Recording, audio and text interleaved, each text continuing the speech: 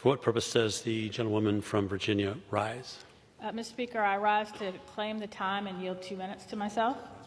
The gentlewoman is recognized for 5 minutes. Mr. Speaker, I rise to urge my colleagues to vote no on Amendment 363, which is an attempt to sanitize the American history taught by the Department of Defense education activities.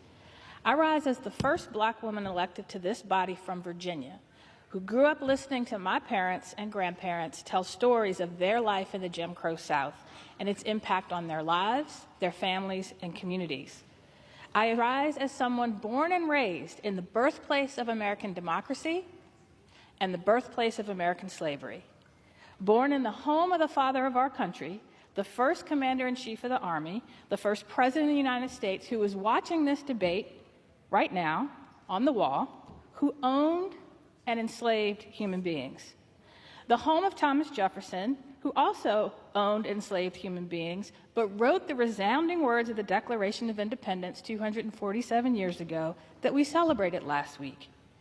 Ideals that all men were created equal and endowed by their Creator with inalienable rights of life, liberty, and the pursuit of happiness. Unfortunately, he did not mean me.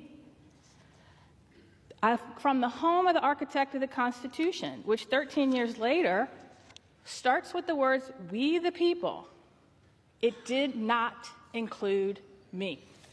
Instead, the Constitution counted my enslaved ancestors as 3/5 of a person and did not grant us American citizenship until ratification of the 14th Amendment. For nearly 350 years, slavery and Jim Crow created inequity in our communities that still exist today. And the laws that struck down Jim Crow were not a magic wand that erased those impacts.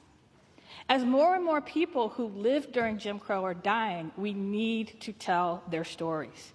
We need to teach the good, the bad, and the ugly of our history to show how it shaped us as a nation and so that we can heal from it.